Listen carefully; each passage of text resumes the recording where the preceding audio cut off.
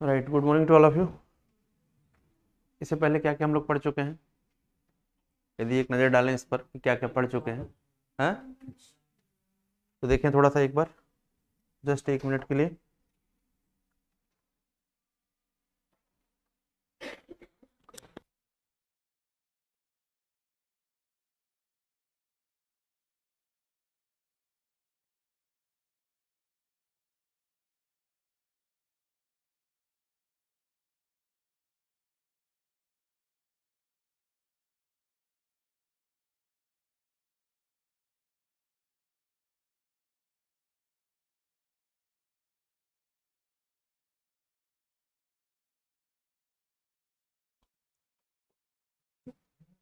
ठीक है भाई, देखिए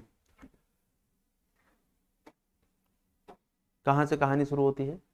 कहानी हमने कहा कि शुरू होती है इस्लामिक इन्वेजन की यदि बात करें तो ओरिजिन ऑफ इस्लाम से होती है ना, ओरिजिन ऑफ इस्लाम से। और ओरिजिन ऑफ इस्लाम कहाँ से शुरू होता है? 570 से हम पढ़ना शुरू करते हैं जब पैगंबर मोहम्मद का जन्म होता है। और मोहम्मद साहब इस्लामिक रिचुअल्स को आगे बढ़ाने के लिए मक्का से मदीना की यात्रा करते हैं। It was the year of, बताइए, 622 एडी या 622 सी, राइट। और वहां से इस्लाम दुनिया भर में फैलना शुरू होता है। यही होता है, कुरान के माध्यम से दुनिया को समझाया जाता है कि इस्लाम क्या है। और भारत में इस्लामिक इन्वेजन की हम बात करते हैं तो 712 में दिखाई देता है मोहम्मद बिन कासिम का सक्सेसफुल इन्वेजन। ठीक है, यानी कि 712 सी से कहानी शुरू होती है और आगे बढ़ती है। 1206 में आप देखते हैं कि मोहम्मद गोरी के मरने के बाद कुतुबुद्दीन ऐबक क्या करता है, सल्तनत की शुरुआत लाहौर से करता है और इस्लामिक रूल इस्टेब्लिश होना शुरू होता है। और हमने कहा कि ये स्लेव डायनेस्टी के रूप में 1290 तक वर्क करता है। कौन सी डायनेस्टी? Slave dynasty. जब हम लोग इस डायनेस्टी के बारे में बात करते हैं तो इंपॉर्टेंट रूलर्स के बारे में हम लोग बात करें तो आपने किसको किसको पढ़ लिया स्लेव डायनेस्टी में? महत्वपूर्ण रूलर में सबसे पहले आप पढ़ते हैं इल्तुतमिश को। इल्तुतमिश के बाद आप पढ़ते हैं थोड़ा सा रजिया सुल्तान को। और उसके बाद आप देखते हैं कि सुल्तान बनाए जा रहे हैं और फिर ताकतवर सुल्तान के रूप में जो रूल करता है ही वाज बलबन। और बलबन के बाद डायनेस्टी डिक्लाइन कर जाती है। यही पढ़ा हमने। बलबन का जो नॉर्थ वेस्ट फ्रंटियर में कमांडर था, याद करिएगा जरा इस बात को, ये रीजन है नॉर्थ वेस्ट फ्रंटियर का। और मैंने कहा कि जो अटैक हिंदुस्तान पर होंगे वो किस तरफ से होंगे? बेसिकली मंगोल इन्वेजन इधर से, इधर से, यही है ना, अरेबियन इन्वेजन इधर से। और इसी रीजन में कौन फ्रंटियर पर फेस कर रहा था? जलालुद्दीन खिलजी। तो जब क्यूमर्स मरेगा तो क्यूमर्स के टाइम पर सबसे ताकतवर कमांडर कौन था? Jalaluddin Khilji. Now he take over the control of the सल्तनत, right, and he founded Khilji dynasty. ठीक है, तो आप पहले मुझे आप लोग ये बताएं कि स्टोरी लिंक कर रही है ना, स्टोरी लिंक कर रही है ना, आप जिसे पढ़ते जा रहे हैं तो स्टोरी का लिंकेज आपका बन रहा होगा, राइट। तो बनना बड़ा जरूरी है। देखिए खिलजी डायनेस्टी कब से कब तक चलेगी? हमने कहा कि 1290 से लेकर के 1320 तक। टाइम पीरियड देखें तो बड़ा छोटा डायनेस्टी है ना। कितने वर्ष का है? मात्र 30 वर्ष की डायनेस्टी है। कितनी है? 30 वर्ष की। लेकिन इसमें जो सबसे ताकतवर रूलर आपको दिखाई देगा ही वाज अलाउद्दीन। और अलाउद्दीन ने जो रिफॉर्म किया उसका प्रभाव आगे पड़ेगा, बहुत ज्यादा पड़ेगा। ठीक है, तो देखो खिलजी डायनेस्टी, खिलजी डायनेस्टी में बात करते हैं। मैप आपको सब क्लियर ही है, मैप के बारे में हमने समझा दिया है कि ये अरब है। इधर से जो आएंगे वो तुर्क कहलाएंगे, इधर से जो आएंगे वो अरब, है ना। तो कुतुबुद्दीन ऐबक को तुर्क कहेंगे आप, इल्तुतमिश को तुर्क कहेंगे, बलबन को तुर्क कहेंगे या अरब कहेंगे? आलवर इलवरी टर्क पढ़ा ना आपने। कौन से तुर्क थे वो? इलवरी तुर्क थे। ठीक है, देखिए ये खिलजी डायनेस्टी का मैप देखिए। खिलजी डायनेस्टी के मैप में जो आपको समझना है वो ये समझना है कि यह है एटॉक। क्या है? एटॉक। चंद्रगुप्त मौर्य को जब आप एंशियंट में पढ़ेंगे तो आप समझेंगे कहा जाता है एटॉक से लेकर कटक तक। कहां से कहां तक? एटॉक से कटक तक। कटक मतलब कलिंगा जीतने के बाद आप उड़ीसा का एरिया जब कैप्चर करेंगे, बॉर्डर लाइन पर जाएंगे बिल्कुल समंदर किनारे, तो वो कटक। तो एटॉक से कटक तक जो जीत लिया समझ लो अखंड भारत उसका है। समझ रहे हैं मेरी बात को? इसका मतलब है कि खिलजी डायनेस्टी के अंदर जो हमें समझ में आ रहा है, वो ये समझ में आ रहा है पूरी तरह से कि खिलजी डायनेस्टी एटॉक से लेकर के इधर देखो कटक तक पूरी फैली हुई है। ठीक है, क्योंकि अलाउद्दीन का जो कमांडर था जिसका नाम था मलिक कफूर, वो भी बड़ा एम्बिशियस था जस्ट लाइक द अलाउद्दीन। और अलाउद्दीन के बारे में आप पढ़ेंगे ना कि दुनिया की हर नायाब चीज पर अलाउद्दीन का अधिकार है। तो दो चीजें थी, वो साउथ पर रूल तो नहीं करना चाहता था, लेकिन साउथ में उसने कई बार लूटा और यहाँ के राजाओं को अपने अधीन कर लिया। मतलब आप कह सकते हैं कि इनडायरेक्ट रूल कर रहा था। मैट्रिमोनियल अलायंस बनाया, वहां पर जबरदस्ती शादी किया उसने यहाँ की रानियों से, उठा ले आते थे यहाँ से इनके कमांडर्स जो जाते थे, मलिक कफूर जैसे लोग है ना। तो आपको जो दिखाई दे रहा वारंगल, वारंगल के लिए लोकेशन देख रहे हैं ना, वारंगल ये दौलताबाद है। अभी लोकेशन देख लो ध्यान से, कई बार हमने देखा है कि जब आप आगे पढ़ेंगे कि मोहम्मद बिन तुगलक ने राजधानी को दिल्ली से दौलताबाद शिफ्ट किया, तो बहुत सारे लोगों को दौलताबाद के बारे में पता ही नहीं रहता कि दौलताबाद की एग्जैक्ट लोकेशन क्या है।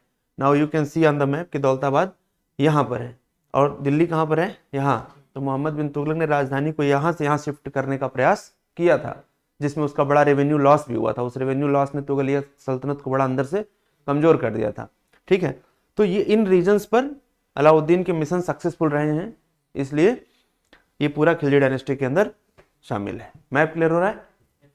इसमें एक और इंपॉर्टेंट लोकेशन दिखेगा, ये ग्वालियर दिखाई दे रहा है, ये लोकेशन है कड़ा। क्या है ये? कड़ा। ठीक है ना, ये बनारस। ठीक है, बात समझ रहे हैं? तो ये जो कड़ा आपको दिखाई दे रहा है, ये प्रयागराज से थोड़ा सा इधर आ पाएंगे तो ये लोकेशन आपको दिखाई दे रही है कड़ा की। ठीक है, समझ रहे ना, कड़ा मानिकपुर। अभी समझाते हैं आपको। खेल यहीं से बदलेगा। क्या बदलेगा? कैसे? अलाउद्दीन कहेगा कि मैं देवगिरी लूट कर आया हूं। क्या लूट कर आया हूं? देवगिरी। मैंने यहां पर देवगिरी को क्यों लिखा? क्योंकि दौलताबाद नोन एज देवगिरी। बात समझिएगा। तो देवगिरी लूट करके तुम्हें कहां जाना था, लेकिन देवगिरी लूट के तुम आए कहां? क्योंकि जलालुद्दीन यहां बैठा हुआ है ना। और कहा जाएगा कि यहीं से जलालुद्दीन को मार करके रूल करना शुरू करेगा। समझ रहे ना मेरी बात को?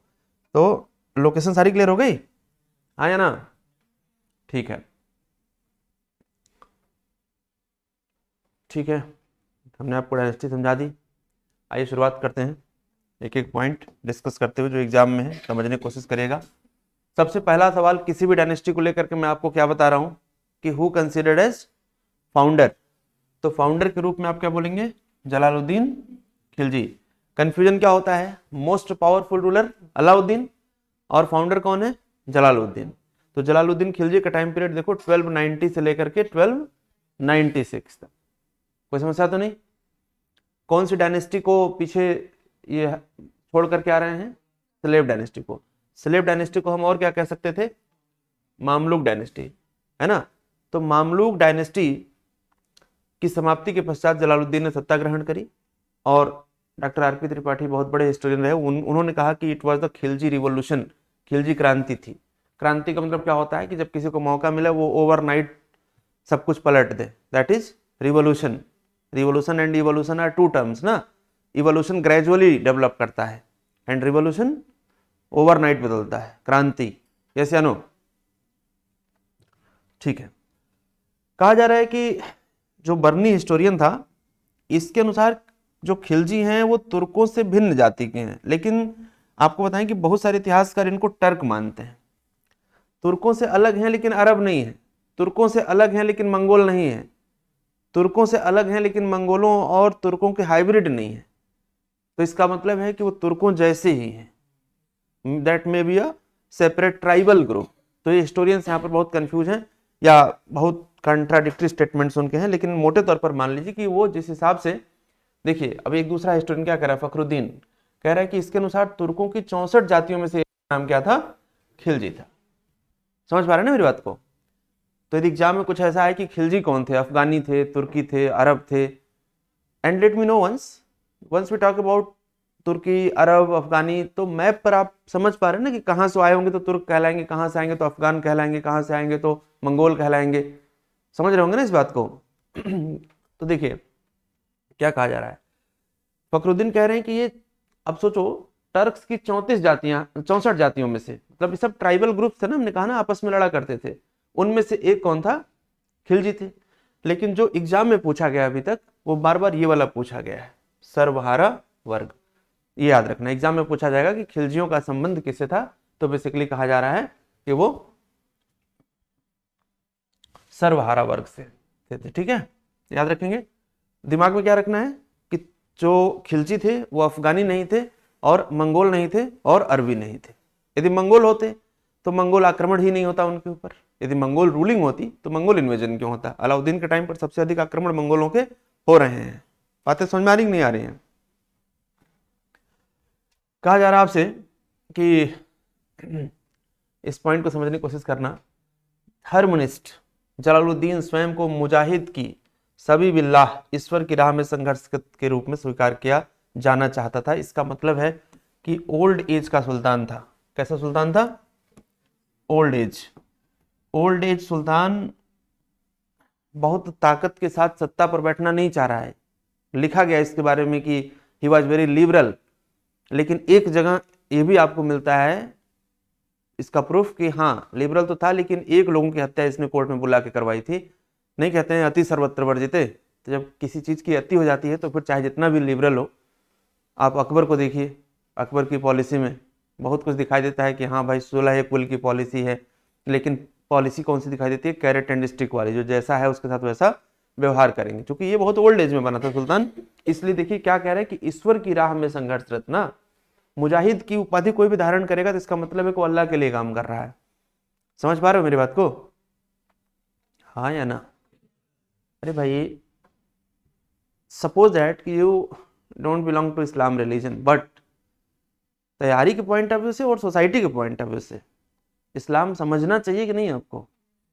तो मुजाहिद की बात जब कोई करता है तो इसका मतलब है कि वो दीन की राह पर चलते हुए संघर्ष कर रहा है। मतलब कि दीन की राह पर चलने में जो समस्याएं आएंगी उससे जो लड़ेगा, जस्ट बिकॉज द कि उसको अल्लाह ने ऐसा मैसेज दिया है कि नहीं। तो दुनिया का हर भगवान मैसेज यही देते हैं ना कि कोई बुराई के खिलाफ लड़ो।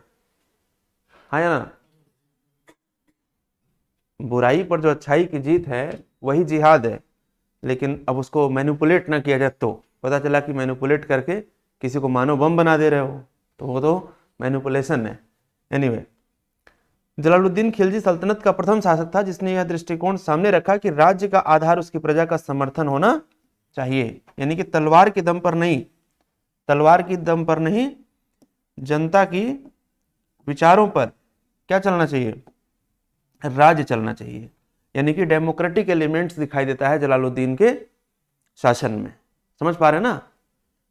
जलालुद्दीन के शासन में डेमोक्रेटिक एलिमेंट्स दिखाई देते हैं।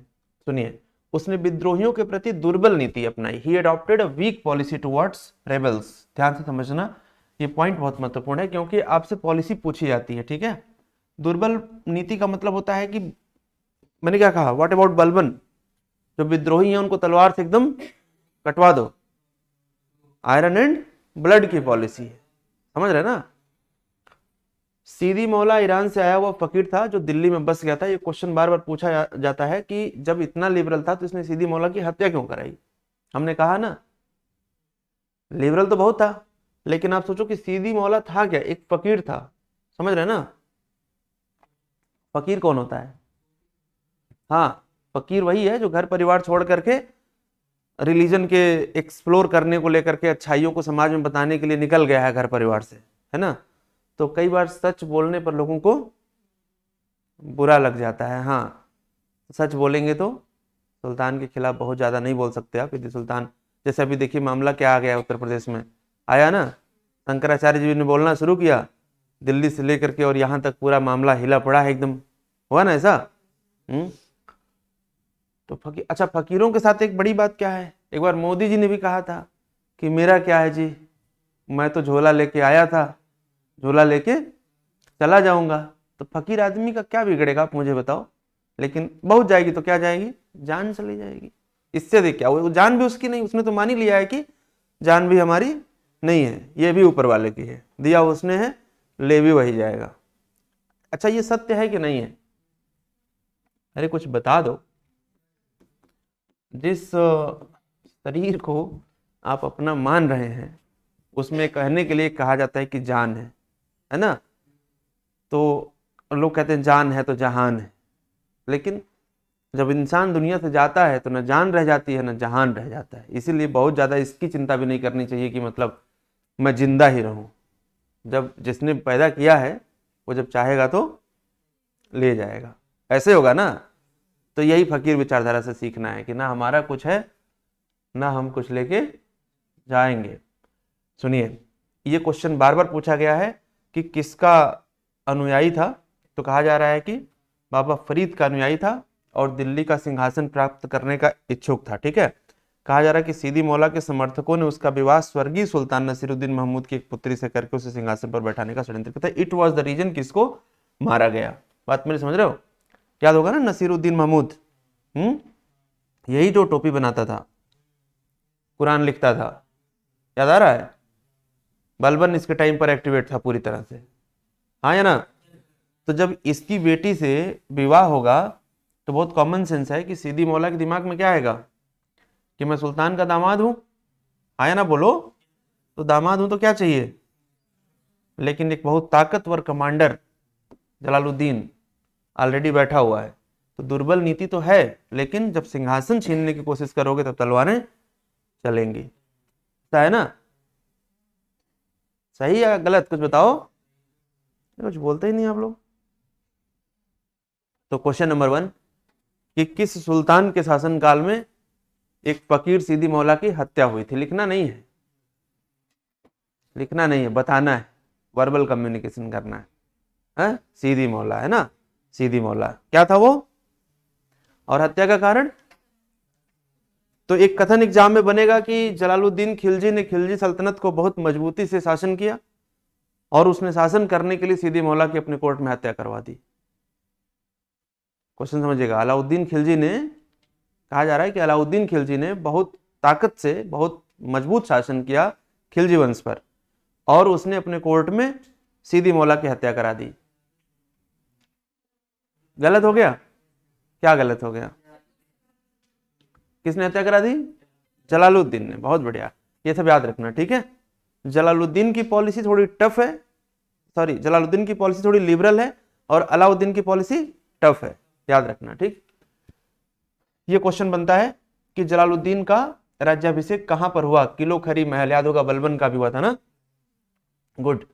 फिरोज ने स्वयं कैकूबाद के महल को पूरा करवाया।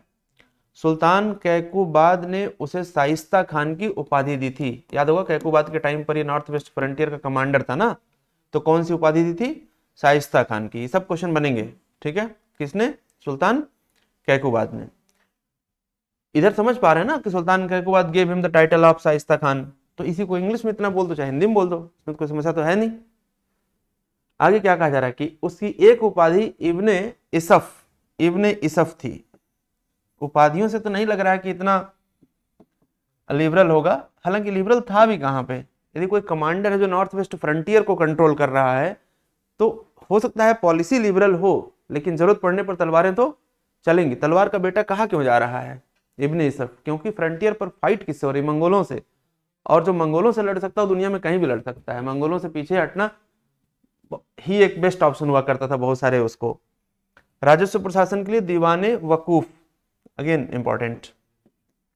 खिलजी डायनेस्टी का कौन सा रूलर रेवेन्यू एडमिनिस्ट्रेशन के लिए दीवाने वकूफ एस्टेब्लिश करता है? आंसर होगा जलालुद्दीन, ठीक है। क्या कहा जा रहा है? ये वाला क्वेश्चन पूछा गया परीक्षाओं में कई बार कि फिरोज, फिर वो क्या नाम है, जलालुद्दीन के टाइम पर किसने विरोध किया था? तो आंसर क्या करेंगे? मलिक छज्जू ने, ठीक है। और क्या कहा जा रहा है कि मुगीसुद्दीन की उपाधि धारण की और अपने नाम के सिक्के ढलवाए तथा खुतबे पढ़वाए, ठीक है। अवध का सूबेदार, यूपी एग्जाम के लिए बहुत इंपॉर्टेंट है, हातिम खान भी उससे जा मिला और कड़ा मानिकपुर के सूबेदार मलिक छज्जू द्वारा विद्रोह का दमन जलालुद्दीन के पुत्र अरकली खान ने किया। देखो ये कड़ा मानिकपुर की लोकेशन हमने दिखाई थी। हाँ, क्वेश्चन आपके एग्जाम में आएगा कि मलिक छज्जू कहाँ का सूबेदार था, तो आंसर क्या होगा? कड़ा मानिकपुर का। कड़ा मानिकपुर की लोकेशन में आपको एक बार फिर से दिखाऊं, आप समझ पा रहे हैं। अवध क्षेत्र में ही आप देखें, यहाँ से जब आप इलाहाबाद की तरफ जाएंगे कौशाम्बी के पास पहुंचेंगे तो थोड़ा सा आगे बढ़ने पर आपको दिखाई देगा कड़ा मानिकपुर, ठीक है। तो कड़ा मानिकपुर का जो कड़ा मानिकपुर ना कड़ा से कड़े हो गया, आप मतलब आप उधर गई होंगी ना। हाँ, इसका लोकेशन देखो, आपको अभी भी महत्वपूर्ण समझ में आएगा और ये आपको बैटल ऑफ बक्सर के टाइम पर भी समझ में आएगा। ध्यान से समझिए, क्या ये ना एक इसका लोकेशन जो था वो यूनियन टेरिटरी टाइप का था। What is the meaning of union territory? जैसे सपोज दैट चंडीगढ़ है, सपोज दैट चंडीगढ़ है, तो यदि चंडीगढ़ को हरियाणा के रूलर छीन लें केंद्र सरकार से, तो केंद्र सरकार को अच्छा लगेगा ये? या पंजाब के रूलर छीन लें तो अच्छा नहीं लगेगा, क्योंकि सेंट्रल एडमिनिस्ट्रेशन के लिए महत्वपूर्ण है। तो कड़ा मानिकपुर एनी हाउ जलालुद्दीन को चाहिए, लेकिन यहां पर विरोध कौन कर रहा है? यही कड़ा मानिकपुर आप देखेंगे जब अवध के नवाब रहेंगे बैटल ऑफ बक्सर के टाइम पर 1764 में, कौन रहेगा?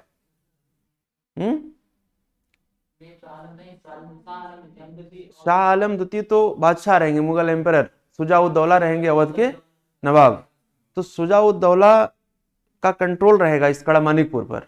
और जब बैटल ऑफ बक्सर होगा और उसके बाद ट्रीटी ऑफ इलाहाबाद होगा, अंग्रेज जो है वो मुगल बादशाह शाह आलम से डील करेंगे, तो एक ऑप्शन ये भी रखेंगे कड़ा मानिकपुर हम आपको दे रहे हैं। तो इसका मतलब कि कड़ा मानिकपुर की लोकेशन इंपॉर्टेंट है, यस या नो? और ये चाहिए किसको? सुल्तान को। और सुल्तान कौन है? जलालुद्दीन। तो यहां पर विरोध होना स्वाभाविक था, ठीक है, समझना।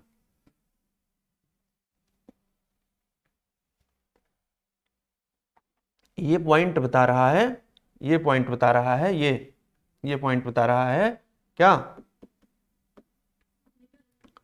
लिबरल सुल्तान किसको?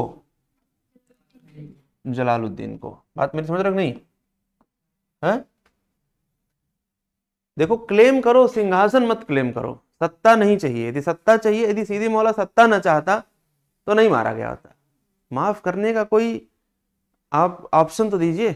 तो मलिक छज्जू ने विद्रोह किया, हार गया, माफ कर दिया, क्या ठीक है? तो ये बता रहा है कि जलालुद्दीन कैसा नेचर का था? लिबरल था, ठीक है।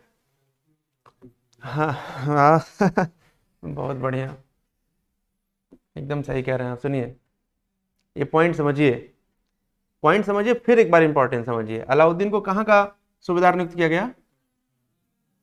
यानी कि एक बला हटी और दूसरी बड़ी बला आ रही है ना? कौन? अलाउद्दीन। कहा जा रहा है कि जलालुद्दीन ने अपना पहला अभियान रणथंभौर के विरुद्ध किया। हमने आपको कई बार ये बात समझाई कि जब भी कोई दिल्ली में बैठेगा, जैसे ही वो इधर बढ़ेगा, पहला अभियान उसको रणथंभौर में करना पड़ेगा। इधर बढ़ेगा कन्नौज होते हुए, कन्नौज, चुनार, मिर्जापुर वाला जो पूरा रीजन है, यहां से आगे बढ़ते हुए जौनपुर फाइट करते हुए आपको बंगाल की तरफ मूव करना है ना? और इधर बढ़ोगे तो मालवा में फाइट होगी। ये तीन होनी ही होनी है, रोक नहीं सकते आप इसे। अच्छा, कारण क्या है कि इधर से तो आप जीतते हुए आ ही रहे हैं ना। लाहौर वाला पूरा जो रीजन है, पंजाब वाला, वो तो जीत करके आप स्टेब्लिश ही किए हैं अपने आप को। लेकिन इधर हमेशा अटैक होने की संभावनाएं बनी रहेंगी, मंगोलों के और दूसरे शासकों के। लेकिन जब आप एक्सपेंड करोगे अपने आप को, जैसे राजस्थान की तरफ बढ़ोगे, रणथंभौर में आपको फाइट करनी पड़ेगी राजपूतों से, मालवा में फाइट करनी पड़ेगी, दक्कन की तरफ बढ़ेंगे तो, और इधर बिहार बंगाल की तरफ बढ़ेंगे तो चुनार और जौनपुर। ये इंपॉर्टेंट लोकेशन, समझ आ गई बात ना? ठीक है। वैसे देखो, हिस्टोरियन का नाम आपसे बार बार तो नहीं पूछा था, लेकिन कभी कभी तो एज इट इज पड़ा हुआ है, एक नजर देख लेंगे, इसको दिक्कत नहीं है। क्या कहा जा रहा है कि चौहानों की राजधानी की ओर जाने वाले मार्ग की रक्षा करने वाले सैन के किले पर भी सल्तनत सेनाओं ने कब्जा कर लिया। करना ही पड़ेगा। सुनो, इसके बाद आप देखें, वो बता रहा है कि मतलब मंडौर पर कब्जा कर लिया। वो राजस्थान पूरा जीतना पड़ेगा आपको, तभी आप गुजरात तक जा पाएंगे। बहुत सीधी सी बात है, राजस्थान होते गुजरात जा रहे हो तो पूरा आपको सारे किले जीतने पड़ेंगे, ठीक है। ये वाला इंपॉर्टेंट पॉइंट है। 1292 में क्या कहा जा रहा है?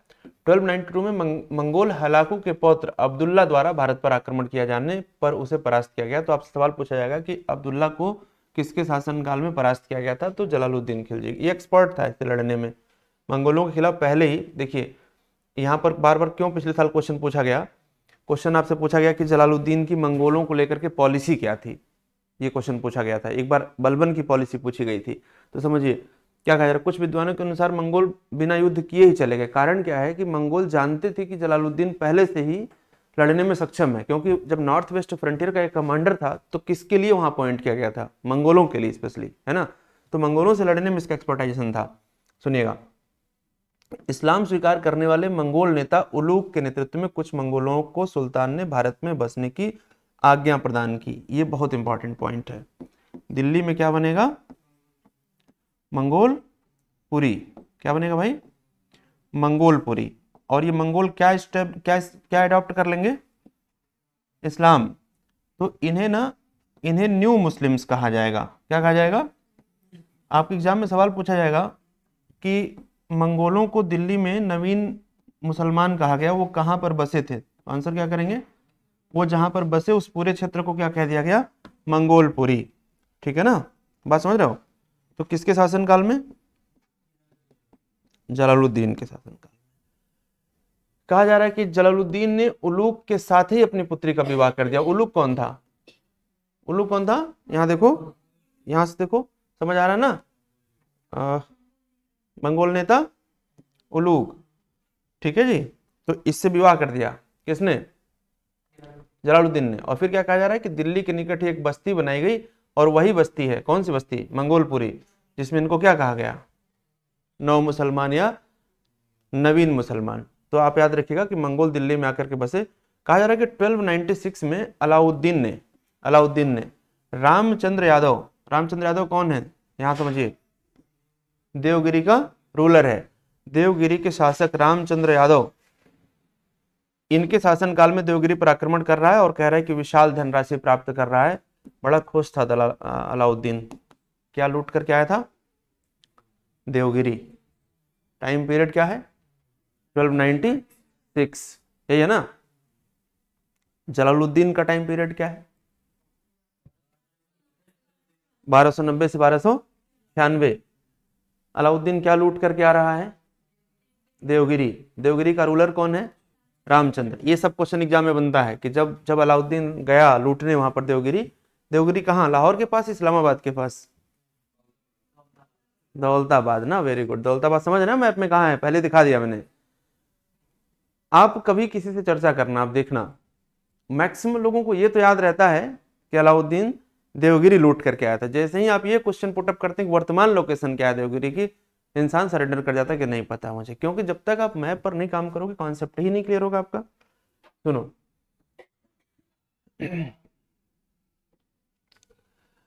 अब आयोग को यदि विवाद कराना होता है तो ऐसे रेफरेंसेस ले लेता है, लेकिन आप बस इतना याद रखना कि द गजेटियर ऑफ इंडिया और के.एस. लाल की पुस्तक है हिस्ट्री ऑफ खिलजी, पुस्तकों का नाम याद रखना। टाइम पीरियड कभी कभी अलग होता है, लेकिन मोस्ट प्रोबेबल है कि 1296 को सही टाइम पीरियड माना गया है। ठीक है, सुनिए, कह रहा है कि यह तुर्क सेना द्वारा दक्षिण भारत पर प्रथम आक्रमण था। Yes, of course, just think about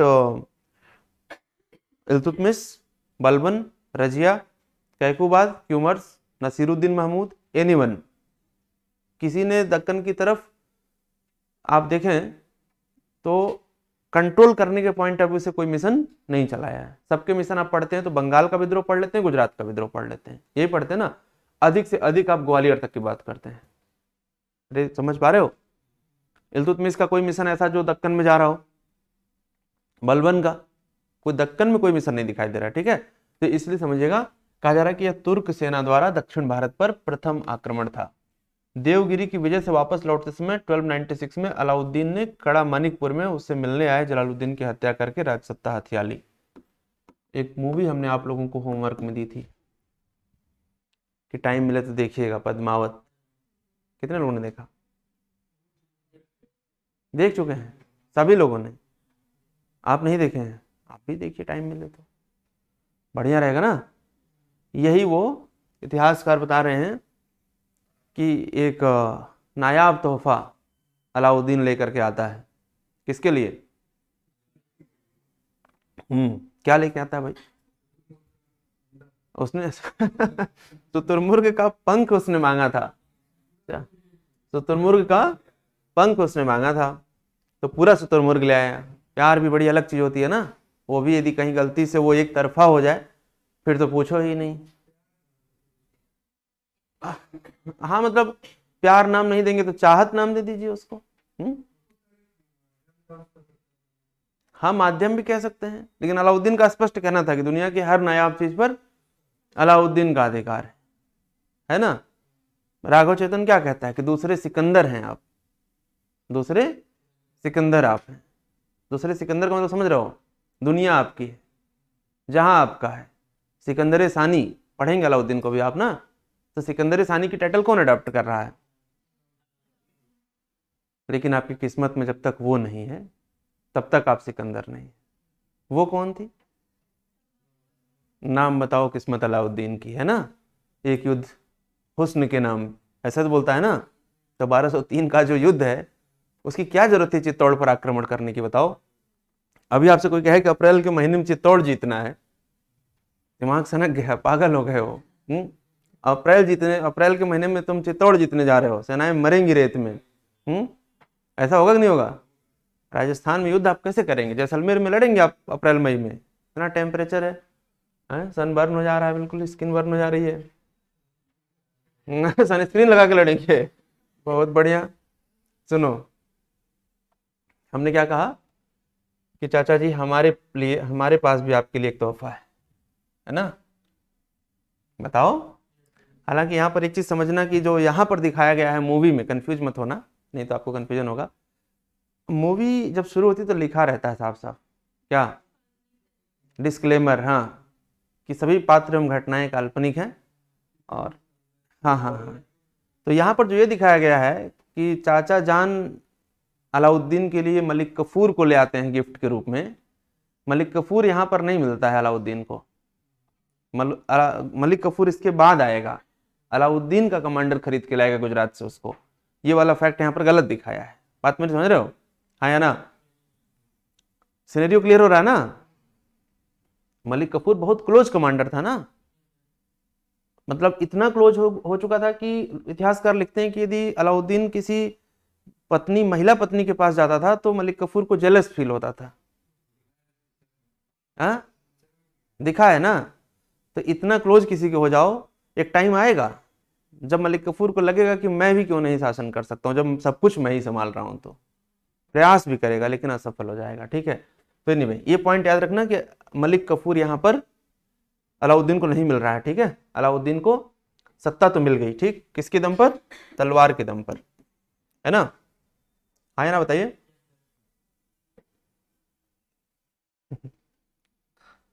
याद है इख्तियारुद्दीन? हम्म, बताओ। मोहम्मद सलीम ने हमला किया और इख्तियारुद्दीन ने सर कलम कर दिया, ठीक। और यह घटना कब की है? इसलिए याद रखना कि यदि सत्ता पाने के लिए कुछ पूरी ताकत से करना पड़े और लग रहा है कि हमें सत्ता चाहिए ही चाहिए, तो फिर पीछे हटना नहीं चाहिए। क्योंकि यदि चाहिए तो फिर चाहिए, देयर इज नो ऑप्शन, यही है ना। और ये बिल्कुल क्लियर, दुनिया में इतिहास पढ़ेंगे समझ में आएगा कि आपको जो चाहिए वो आपको मिलेगा ही मिलेगा, नहीं मिले तो छीन लो, लेकिन उसके लिए क्या होना चाहिए? ताकत। कैसी ताकत? मानसिक, मानसिक, आर्थिक, शारीरिक, हर प्रकार की ताकत चाहिए आपको। यदि आपको लगता है कि, हमेशा ध्यान रखना, दुनिया का बड़े से बड़ा युद्ध कहाँ होता है? मानव मस्तिष्क में। सारी प्लानिंग यहाँ होती है, ठीक है। चलो भैया, कहते रहो, कोई फर्क नहीं पड़ता है। इतिहासकारों में, भाई आप मुझे बताओ, लेनपुल बहुत बड़ा हिस्टोरियन है ना। क्या कह रहा है? कह रहा है कि इतिहास की सबसे नीचतम हत्या है ये, बिल्कुल। कोई गले लगे और पीछे से उसको छुरा घूम दीजिए तो नीचतम तो है ही है ये। लेकिन ये पहली बार थोड़ी ना हो रहा है। इससे भी नीचतम हत्या तो हमें दिखाई देती है दारा सिकोह की। हाँ भैया, अलग की बात है कि जब दारा सिकोह की हत्या हो रही तब लेनपुल मर चुका था, तो लिखता क्या वो? हो सकता है कि शायद उसको लिखता। हाँ या ना? अरे कुछ बात समझ में आ रही है? दारा सिकोह किसका भाई था? औरंगजेब का। तो लेनपुल का टाइम पीरियड नहीं है वो, लेनपुल उससे पहले मर चुका है, नहीं तो शायद लिखता तो दारा सिकोह का। आप बताओ, बड़े भाई को गधे बैठा के पूरे दिल्ली में घुमा रहे हो कालिक पोत के चेहरे पे, और उसके बाद सरकट कलम हो रहा है, तो नीचतम से भी नीचतम हुआ ना। हाँ या ना? हाँ, खून, खून के रिश्ते को औरंगजेब क्लियर था, औरंगजेब ने सारे सभी भाइयों को मार डाला, ठीक है। कोमल हृदय वाला सुल्तान, हम्म, कोमल हृदय वाला सुल्तान। नहीं, लोग कहते हैं हमारा मतलब सी इज वेरी सॉफ्ट हार्टेड, है ना। तो सॉफ्ट हार्टेड का मतलब क्या हो गया कि हृदय बड़ा कोमल है। बायोलॉजिकली तो सबका ही कोमल है कि वो पत्थर से बना है क्या किसी का, बताओ, हाँ या ना। सबका तो सॉफ्ट ही है, लेकिन जो विचार है, जो आपके पॉलिसीज हैं, वो बता रहे हैं कि आप कैसे हैं। तो हमने क्लास की शुरुआत में ही क्या कहा था कि जलालुद्दीन क्या था, लिबरल था। लिबरल ना रहा होता तो इस तरह से मारा ना गया होता। पढ़ते हैं ना कि जंगल में सीधे पेड़ सबसे पहले काटे जाते हैं। तो बहुत सीधे बन के कभी सल्तनत पर शासन तो नहीं कर पाओगे आप, है ना। शासन क्यों, योगी जी तो शासन कर रहे हैं ना, बताइए हाँ या ना। तो देखिए, यदि सॉफ्ट हार्टेड रूल करें तो जिस तरीके से लॉ एंड ऑर्डर मेंटेन हो पाएगा, ऐसे नहीं हो पाएगा। डर सबको है, कुछ गलत करेंगे तो हमारे से पहले हमारे घर पे बुलडोजर पहुंचेगा, यही है ना। ठीक है, सुनिएगा, इन्हीं डायनेस्टीज पर अटैक होने वाला है। कौन सी डायनेस्टीज पर? देवगिरी पर, वारंगल पर, द्वार समुद्र पर, मदुरई पर। और ये सारे लोकेशंस कहां के दिखाई दे रहे हैं? साउथ के हैं कि ईस्ट के हैं? साउथ के हैं, बहुत बढ़िया। तो दो तरीके से क्वेश्चन पूछा जाएगा कि जब अलाउद्दीन के मिशन चल रहे हैं साउथ में, तो उस समय देवगिरी पर डायनेस्टी कौन सी रूल कर रही है? आंसर क्या होगा? देवगिरी पर यादव, तेलंगाना। वारंगल पर तेलंगाना नहीं आएगा एग्जाम में, क्या आएगा? वारंगल। कौन रूल कर रहा है? द्वार समुद्र, होयसल। और मदुरई में पांडे।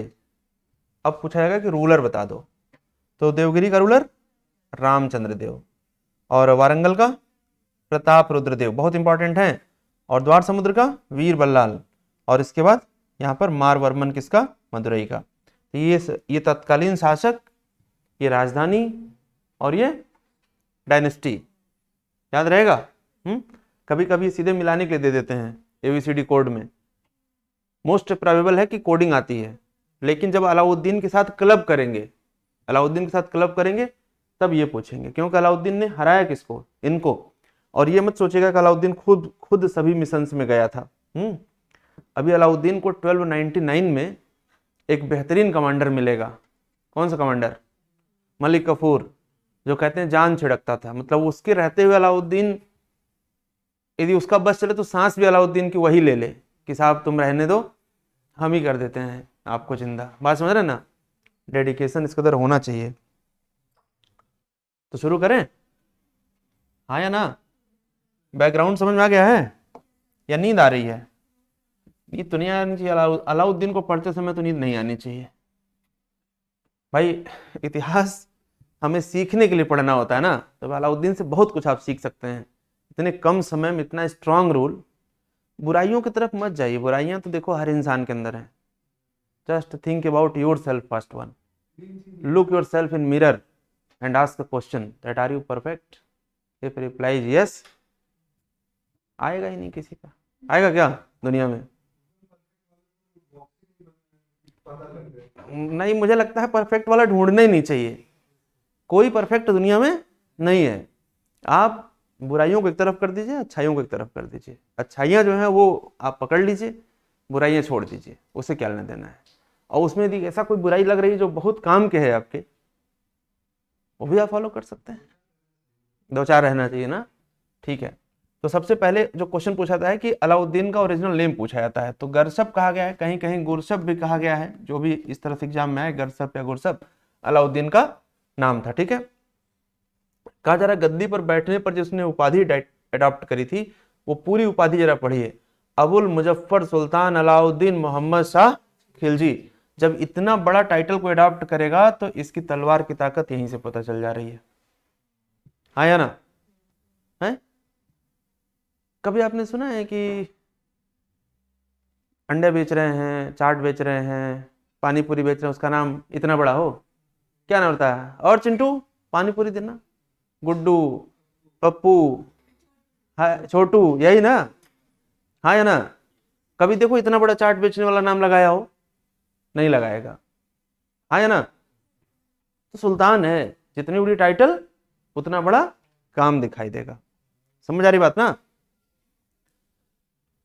यामीनुल खिलाफत, यामीनुल खिलाफत, यामीनुल खिलाफत लास्ट ईयर कौन सा पेपर हुआ था अभी हाल फिलहाल में?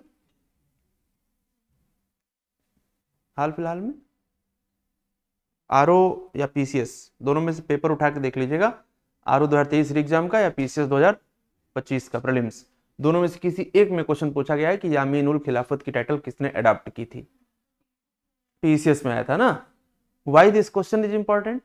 क्योंकि जब यामीन उल खिलाफत होगा तो मैक्सिमम लोगों को क्या लगेगा कि महमूद गजनी डायनेस्टी क्या थी, यामीनी।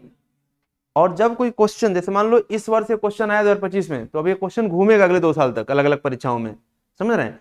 तो कंफ्यूजिंग पॉइंट है ना, यामीनी डायनेस्टी किसकी थी? गजनी की, महमूद गजनी की ना। हाँ, तो यहां पर टाइटल क्या देख रहे हैं, यामीनुल खिलाफत। मैंने क्या कहा, यदि अलाउद्दीन से सवाल नहीं बना तो मान के चलो खिलजी डायनेस्टी से कोई सवाल नहीं आएगा, और यदि कुछ आएगा तो सबसे अधिक यदि संभावनाएं हैं तो किसके आने की? अलाउद्दीन की। ठीक, ये टाइटल समझ में आ रही है? नासिर अमीर उल मोमिनीन, ठीक है, सहधर्मावलंबियों का नेता। यहां से आपको रिलीजियस पॉलिसी समझनी पड़ेगी। अलाउद्दीन की पॉलिसी है, अलाउद्दीन की पॉलिसी है कि वारंगल गए हो, दास दासी आई हैं, कोई सुंदर राजकुमारी तो लाओ विवाह कराओ मेरा। अलाउद्दीन की पॉलिसी है चित्तौड़ चलना है, क्या क्या पाने के लिए? दुनिया में कहते हैं कि ऐसी खूबसूरती एग्जिस्ट नहीं करती है। नाम बताओ किस्मत अलाउद्दीन की, कौन? चित्तौड़ की महारानी पद्मावती, हिंदू रानी ना, विवाह करना चाह रहा है। तो अब समस्या इस बात की कि जब हिंदू रानियों से विवाह करोगे तो पॉलिसी कैसी रखनी पड़ेगी? अब बीवी चाहे जितने भी मतलब बुरे कंडीशन में तुम जीत के ले आओ, छीन के ले आओ, लेकिन बीवी तो बीवी है ना, कुछ तो बात उसकी माननी पड़ेगी, हाँ या ना? तो फिर अलाउ आप अकबर को देखिए, कहते एक ही महल में अजान भी होती थी और एक ही महल में आरती भी होती थी, हाँ या ना? जहांगीर को भी आप देख सकते हैं कुछ हद तक। जब भी कोई ताकतवर शासक आएगा ना तो सर्वधर्म संभाव, सर्वधर्म संभाव की कोशिश करेगा, क्योंकि एक धर्म को ले आप, एक बहुसंख्यक समाज में एक अल्पसंख्यक धर्म को लेकर आप सत्ता प्रशासन कैसे करेंगे? अब मेरी बात समझ रहे हो ना? आप समझिए ना कि वर्तमान सरकार भी किस पर काम कर रही है, सबका साथ सबका विकास। तो ठीक है, याद रखना, बहुत ऑर्थोडॉक्स होकर के आप रूल नहीं कर पाएंगे, और जब ऐसा आप करेंगे तब आपके खिलाफ विद्रोह भी होगा, इस्लामिक विद्रोह आपके खिलाफ होगा, क्योंकि जो इस्लाम के अंदर मौलाना और मौलवी हैं वो किसी भी कीमत पर ये नहीं चाहेंगे, क्या नहीं चाहेंगे, कि आप किसी और रिलीजन के साथ मैट्रिमोनियल अलायंस बना लें। ठीक है, ये पॉसिबल नहीं है। हमने कहा ना दूसरे सिकंदर हैं आप, क्या है, लेकिन आपकी जब तक आपके पास वो नहीं है तब तक आप कुछ नहीं कर सकते। सब वहम होता है, हालांकि मेरा मानना है यदि आप सिकंदर हैं तो आप हैं, इसमें वो क्या करेगी? कि आप लोग भी मानते हैं कि नहीं हर सफल या असफल व्यक्ति के पीछे एक औरत का हाथ होता है, मानते हैं क्या आप लोग? एक जवाब ऐसे से आ रहा है, एक ऐसे से आ रहा है, एक ऐसे ऐसे आ रहा है, किसको माने? होता है।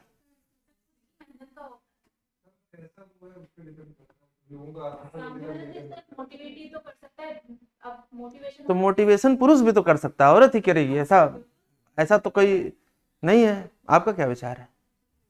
कोई विचार ही नहीं है, विचार शून्य है। कोई बात नहीं, विचार बनाया करिए आप लोग, यही सही समय विचार बनाने का। ठीक है, तो कुंवर आपको लग रहा है कि होता है, बड़े मतलब ताकत के साथ आप अपनी बात रखना चाहते हैं। चलिए बहुत बढ़िया, अच्छी बात है, होता है तो इसे बना के रखना। अलाउद्दीन, अलाउद्दीन जलालुद्दीन के भाई सिहाबुद्दीन मसूद खिलजी का पुत्र था। तो रिश्ते में क्या हो गया, ये अलाउद्दीन के क्या थे, चाचा जान थे। ठीक है ना? जान जानते हैं ना कब कहते हैं? नहीं जानते हैं? क्या जानते हैं आप लोग, बताओ कब कहते हैं भाई, बताइए। हाँ, भाई जान, अम्मी जान, अब्बू जान, चाचा जान ना, ठीक है। बहुत मतलब इस चाचा के साथ हम जान ना लगाते तब भी बात बन जाती कि हाँ, यदि देखो ना, जलालुद्दीन और सिहाबुद्दीन ये दोनों क्या हैं, भाई हैं, और ये भाई का बेटा है ना। तो भाई का बेटा भतीजा ही तो होगा, और भतीजे से रिश्ता जोड़ेंगे तो क्या होगा, चाचा होगा। तो यदि हम केवल चाचा लिख के छोड़ देते तब भी चाचा ही रहता, लेकिन चाचा जान हमने इसलिए लिखा, कॉन्सेप्ट समझिए। जब आप किसी के साथ मतलब ऐसे और भाई क्या हाल चाल और भाई जान जब बोल देते हैं तो लगता है कि हाँ, बहुत क्लोज रिलेशन है। इस्लाम के अंदर ये तो खूबसूरती है ना कि जो मिल्लत वाला कॉन्सेप्ट है ना, मिल्लत वाला, वो इस्लाम की यूनिटी में बड़ा काम आता है, समझो इस बात को, है ना। आप कभी देखिएगा इस्लामिक दोस्तों से आप मिलते होंगे, मित्रों से, तो हाथ कम गले ज्यादा मिलाना पसंद करते हैं।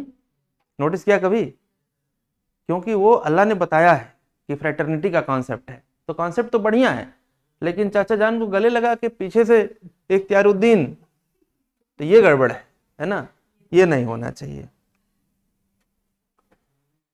हाँ, आगे बढ़े, समझ आ रही बात ना? गुड। कहा जा रहा है कि जोधपुर में स्थित पांडुआ के एक संस्कृत शिलालेख में लिखा गया है कि अलाउद्दीन के देवतुल्य शौर्य से पृथ्वी अत्याचारों से मुक्त हो गई। बात समझ रहे हैं ना? जब कहाँ के शिलालेख में? जोधपुर, राजस्थान जब जीत रहा है, चित्तौड़ का नाम ही बदल देगा जीतने के बाद। और जब आसपास के राजा देखते हैं ना कि चित्तौड़ जैसा शासक हार गया है या मारा गया है, तो फिर वो सरेंडर कर जाते हैं। और जब आप सरेंडर करते हैं तो आपको बड़े बड़े शिलालेखों पर सुल्तान का महिमा मंडन करना पड़ता है कि हाँ सुल्तान तुम ही, नहीं लिखा जाता है महामहिम श्री श्री, सब लिखते हैं ना। तो इतना महिमा मंडन क्यों करते हैं? ताकि गौरव उनका, हाँ, सुल्तान हिंद का इकबाल बुलंद रहे, यही ना, इकबाल बुलंद होना चाहिए। हालांकि इसमें कोई शक नहीं कि अत्याचारों को मुक्त करने का अलाउद्दीन ने बड़ा बेहतरीन प्रयास किया। अभी आप पढ़ेंगे मार्केट पॉलिसी। उस समय आम आदमी की परेशानी क्या थी? उस समय आम आदमी की परेशानी थी नमक रोटी, किसी तरीके से भोजन मिल जाए। और भोजन मिलने में भी यदि कोई अत्याचार होगा, कोई भ्रष्टाचार होगा, तो वो दूर करने की जिम्मेदारी किसकी होगी? शासक की, सुल्तान की। तो अलाउद्दीन ने बहुत सारे अच्छे काम किए थे। अभी देखिए आप, कहा जा रहा है कि अमीर खुसरो ने, ये क्वेश्चन बार बार पूछा गया है, मैं इसको मोस्ट इंपॉर्टेंट मार्क कर रहा हूं, क्योंकि अमीर खुसरो बहुत लंबे समय तक बना हुआ है। तो अमीर खुसरो एक पुस्तक लिख रहा है जिसको आप कह रहे हैं खजाइनुल फुतूह, है ना। आपके एग्जाम में पूछा जाएगा कि अमीर खुसरो ने कौन सी पुस्तक लिखी थी जिसमें इसने विश्व का सुल्तान, युग का विजेता और जनता का चरवाहा, कभी भी किसी बड़े लीडर को देखना, बड़े लीडर को देखना, शासक होगा, वो शासक होगा, लेकिन कभी भी अपने आप को शासक नहीं कहेगा, वो हमेशा अपने आप को जनता का सेवक कहेगा, लोग उसको शासक कहेंगे। हाँ या ना? माननीय प्रधानमंत्री जी क्या कहते हैं कि मैं तो चौकीदार हूं। कहते हैं कि नहीं कहते हैं? बताओ हाँ या ना? मैं तो चौकीदार हूं। लेकिन लोग क्या कहते हैं कि भाई बहुत बहुत क्लासिक प्रधानमंत्री हैं जो रूल कर रहे हैं। कहने के लिए तो कोई कुछ भी कह सकता है।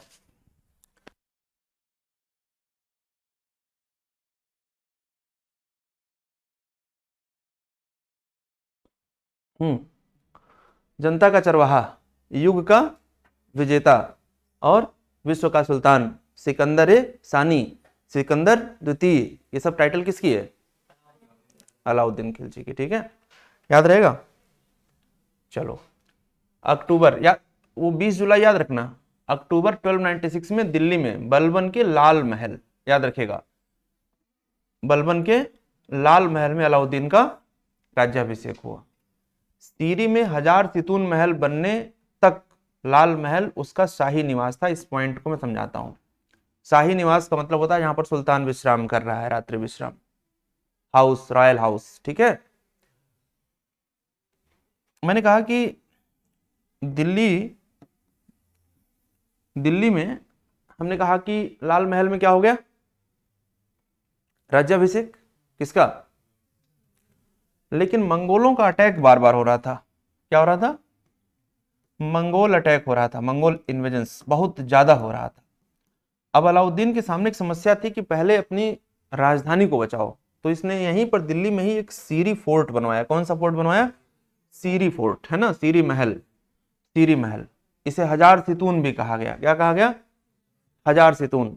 तो पहला क्वेश्चन तो आपके एग्जाम में आएगा कि अलाउद्दीन खिलजी ने मंगोलों से बचने के लिए या मंगोल अटैक से बचने के लिए दिल्ली में कौन सा अलग से किला बनवाया? आंसर करेंगे सीरी फोर्ट। आ चुका है क्वेश्चन, क्वेश्चन आ चुका है, बात समझ रहे हैं? कई बार दूसरा क्वेश्चन वनडे एग्जाम में पूछ लेता है कभी कभी कि सीरी फोर्ट किसने बनवाया। क्वेश्चन को तो कैसे भी ब्रेक कर सकते हो आप, अलग बात है, लेकिन कथन कारण, स्टेटमेंट, असर्शन, रीजन वाले जो क्वेश्चन बनेंगे उसमें पूछा, उसमें दिया जाएगा असर्शन, कथन कहेगा कि अलाउद्दीन ने दिल्ली के सीरी में सीरी फोर्ट बनवाया और उसका कारण बताएगा, रीजन बताएगा कि मंगोल आक्रमण से बचने के लिए इसने अपनी राजधानी को वहां पर शिफ्ट किया था। तो आप बताओ कथन और कारण दोनों सही हो रहे हैं कि नहीं हो रहे हैं? कथन कारण दोनों सही हो रहे हैं और कारण कथन की सही व्याख्या कर रहा है ना? Clear? This point is very very important, याद रखना।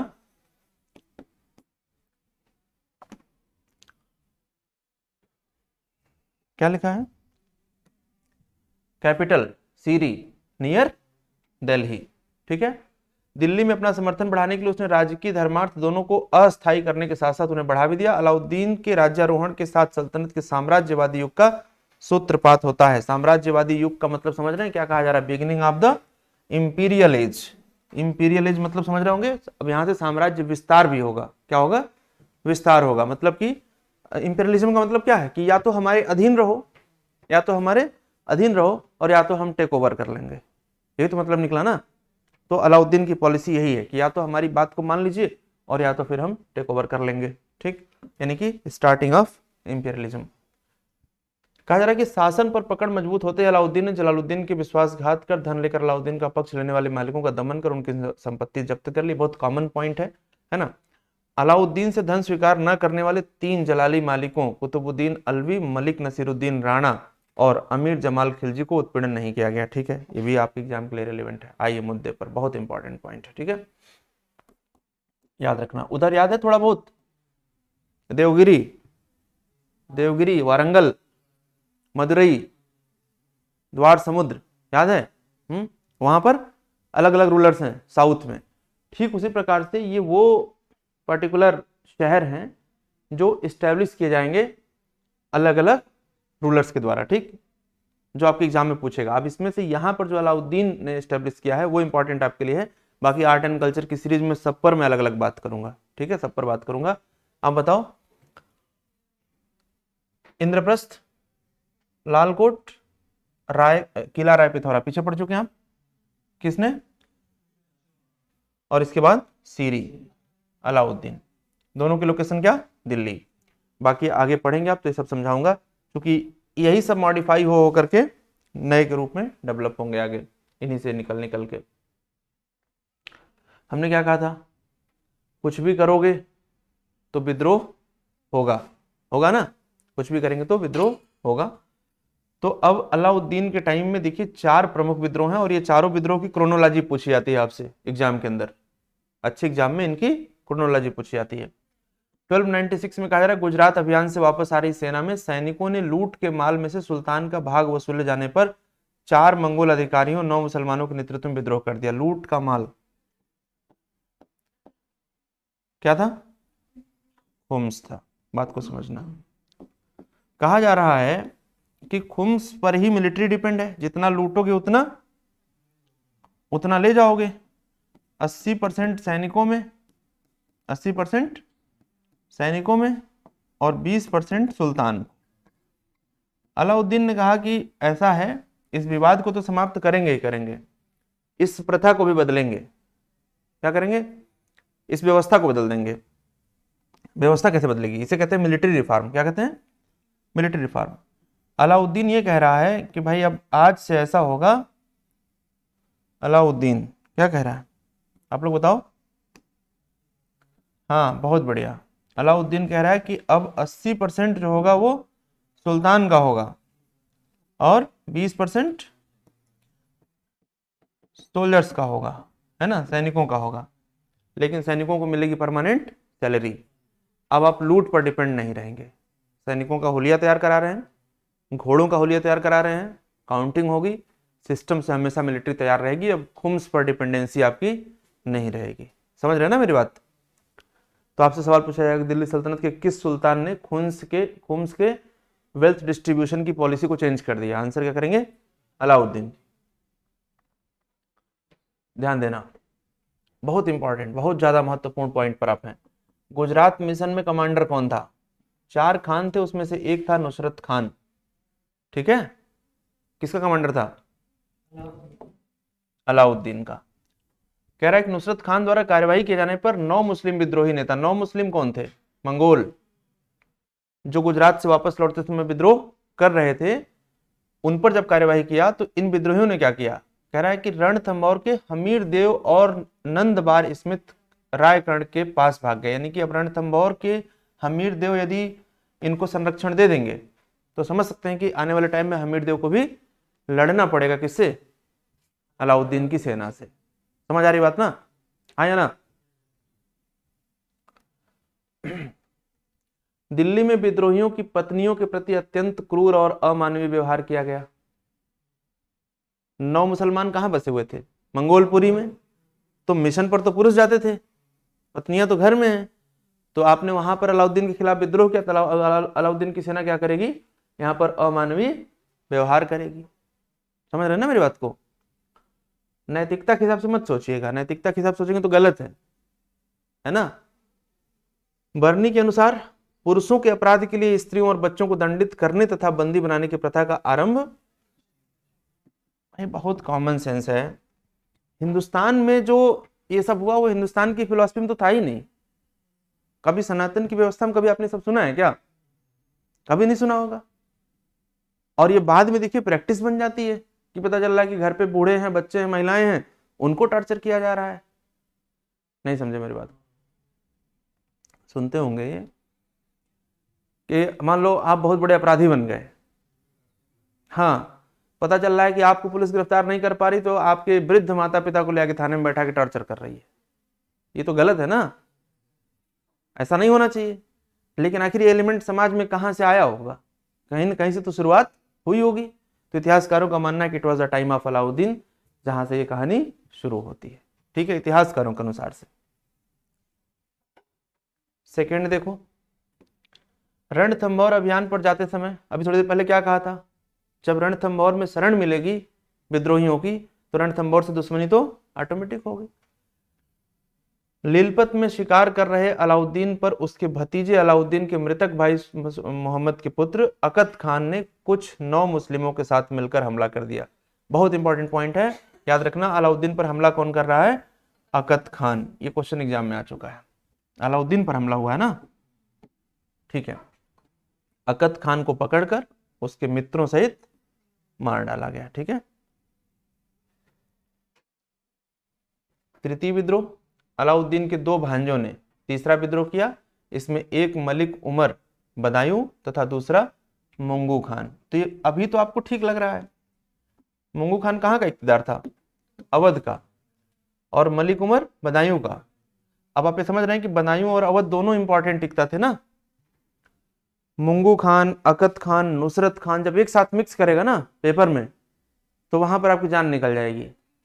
अभी तो ठीक लग रहा है क्योंकि अभी से पेपर तक पहुंचने में आप न जाने कितने खान पढ़ेंगे। तो इसलिए दिमाग में रखना कि नुसरत खान उसका कमांडर था, अकत खान और मुंगू खान विद्रोही थे। ठीक है, समझ आ रही बात ना मेरी? चतुर्थ विद्रोह बहुत इंपॉर्टेंट है, 1301 वाला। हाजी मौला के नेतृत्व में हुए विद्रोह का भी दमन कर दिया। तो हाजी मौला लीड कर रहे थे इस विद्रोह को। ठीक है, आगे बढ़ते हैं। अब देखो इस पॉइंट को समझिएगा, कॉन्सेप्चुअल क्वेश्चन बनता है जब कॉन्सेप्ट पर असर्शन रीजन वाले क्वेश्चन जब बनते हैं। Unification, sound administration, strong security and the conquest of independent state over the main pillars of Alauddin policy. यानी कि अलाउद्दीन की पॉलिसी में किस पर फोकस किया जा रहा है? Once we talk about unification, तो जब यूनिफिकेशन की बात करेंगे तो कॉन्क्वेस्ट उसमें इनबिल्ट है। यूनिफिकेशन करने का मतलब क्या होगा? जो नहीं हैदराबाद नहीं भारत में आएगा तो भारत में नहीं ले आएंगे उसको, ले आएंगे कैसे ले आएंगे? मिलिट्री ऑपरेशन करके, है या ना? इंटीग्रेशन में आपको कॉन्कर करना पड़ेगा, जीतना पड़ेगा क्षेत्र को। यस या नो?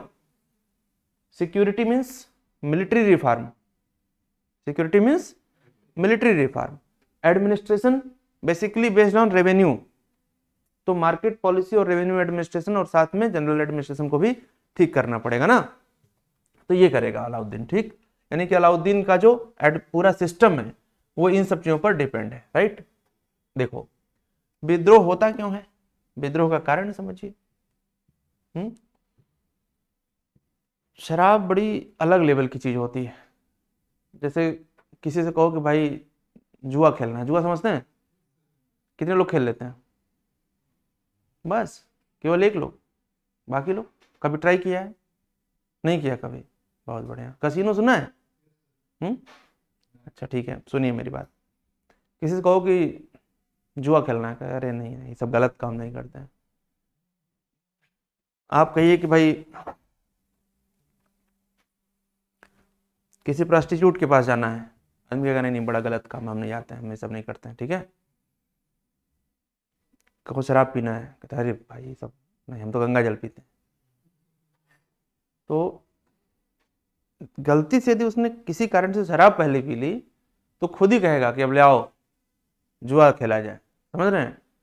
तो चेंज होता है माइंडसेट। यानी कि अच्छा जब ये चार लोग बैठे हैं और चारों मान लो सुल्तान से दुखी हैं, तो जब दो दो पैक ले लेंगे तो सुल्तान के खिलाफ कॉन्स्पिरेसी शुरू करेंगे। इसका मतलब है कि ये जो विद्रोह है, भ्रष्टाचार है, इनकी जड़ें कहाँ पर हैं?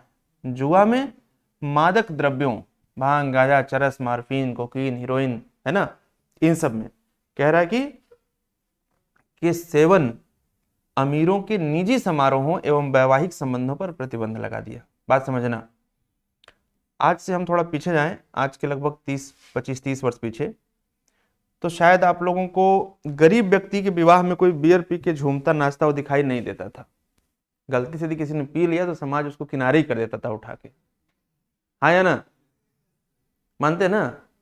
लेकिन आप सुना करते थे कि बड़े लोगों की पार्टियों में क्या होता है? चीयर्स। हाँ वही, अब बताओ चीयर्स छोटी पार्टी में देख, गांव के रामलाल का विवाह हो रहा है तो क्या लग रहा है वहां चीयर्स हो रहा है क्या? हाँ बहुत बढ़िया, उसको टेंशन है कि कहीं बाराती बिना खाना खाए वापस न चले जाएं। सारा जो पूरा फोकस है पूरी सब्जी पर है, और एक झोपड़ी में बैठा के बढ़िया जो है दूल्हा दुल्हन को पकड़ा दिया गया कि ले जाओ, जन्म जन्म का साथ है हमारा तुम्हारा, यही कहा गया। अमीर आदमी की शादी होटल ताज से हो रही है, ओबराय से हो रही है, तो वहां चलेगा ना, तो और वहां चलेगा तो वहीं पर देखिए कॉन्स्पिरेसी होती है बड़ी बड़ी, होता कि नहीं होता है? तो अमीर समझ रहे हैं ना, ये तुर्क अमीर है नोबल, जो डिसीजन मेकर्स थे। कहा गया कि इनके निजी समारोहों एवं वैवाहिक संबंधों में इन सब पर क्या कर दिया गया? प्रतिबंध लगा दिया गया। कौन लगा दिया? अलाउद्दीन। ठीक है, सबसे इंपॉर्टेंट चीज यही होती है। जैसे बलबन को भी आपने पढ़ा, बलबन को भी आप अलाउद्दीन को भी पढ़िए, है ना। दो टर्म आएंगे, गुप्तचर विभाग को सुसंगठित कर रहा है, ठीक है। गुप्तचरों को जानते हैं क्या कहा जाता था? बरीद। क्या कहा जाता था? बरीद। एक टर्म और भी होता है, कभी कभी आप लोग कंफ्यूज कर जाते हैं, मुरीद हैं। कहते हैं यार उससे एक ही बार मिले, उससे हमें तो अपना मुरीद बना लिया उसने। तो मुरीद और बरीद में कंफ्यूज मत होइएगा। मुरीद का मतलब होता है जब आप किसी के साथ ब्लाइंड फॉलोइंग में इन्वॉल्व हो जाते हैं, मतलब एकदम पक्के वाले भक्त बन गए हैं आप, तो मुरीद हो गए हैं। हाँ खुद ही बिल्कुल सही कह रहे हैं ना। तो मुरीद बनाते थे जो सूफी सेंट होते थे, लेकिन ये टर्म बड़ा पॉपुलर हो गया। जैसे मान लो आपसे कोई इतना प्रभावित हो गया कि एकदम आप ही का हो गया है, ठीक है। तो मुरीद जो होते थे वो शिष्य टाइप के होते थे, फॉलोअर टाइप के होते थे, और बरीद जो होते थे वो क्या होते थे? स्पाई होते थे। इसकी जो विक्ट्रीज हैं, सबसे इंपॉर्टेंट है गुजरात विक्ट्री। पहले नॉर्थ इंडिया का देख लो, गुजरात विक्ट्री, ठीक है। जब गुजरात मिशन है तो वहां का शासक कौन है? बघेला राजा कर्णदेव सेकेंड, या इसका और नाम क्या है? रायकर्ण, ठीक है। और यहाँ पर सेनापति दो गए थे, उलूग खान और नुसरत खान। चार खान इसके कमांडर थे, बहुत क्लोज थे, दो का नाम यही है, ठीक है। कौन कौन? उलूग खान और नुसरत खान। नुसरत खान को पूरा नुसरत खान जलेसरी कहा गया है।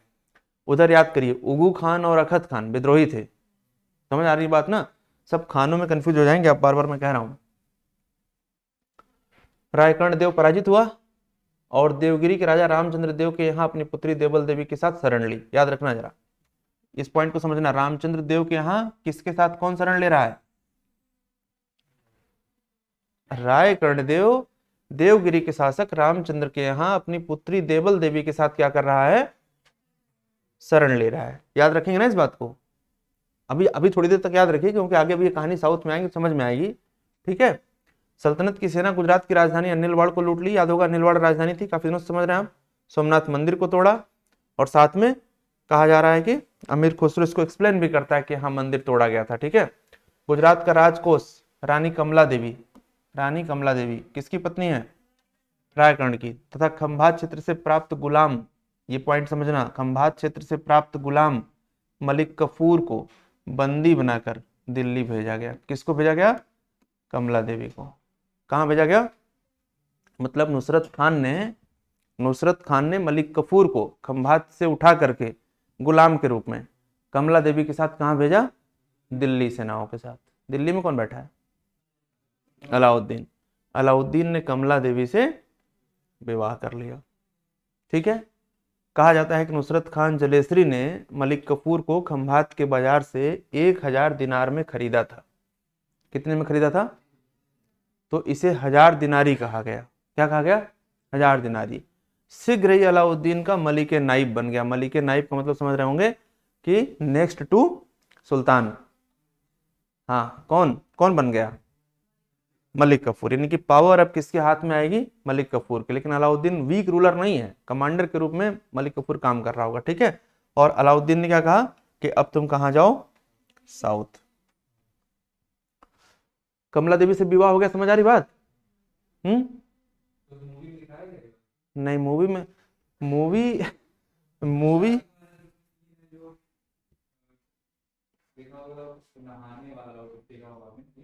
हम्म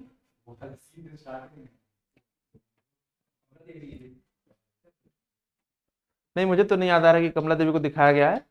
मूवी पूरी बेस्ड है चित्तौड़ पर, है ना? चित्तौड़ मिशन पर ही मूवी पूरी बेस्ड है। मूवी पूरी अलाउद्दीन पर तो नहीं बनी है, मूवी बनी है पद्मावत पर। मैं भी एक बार देख लीजिएगा, हम भी एक बार और देख लेंगे आप कह रहे हैं तो। ठीक है। रणथंभौर विजय कौन रूल कर रहा था? हमीर देव। सेनापति उलूग खान एवं नुसरत खान। और कारण हमीर देव द्वारा मोहम्मद शाह एवं के हम नामंगोल सरदारों को शरण देना। पीछे बता चुके हैं, है ना? कहा जा रहा है कि रणथंभौर अभियान में नुसरत खान मारा गया। बहुत इंपॉर्टेंट पॉइंट।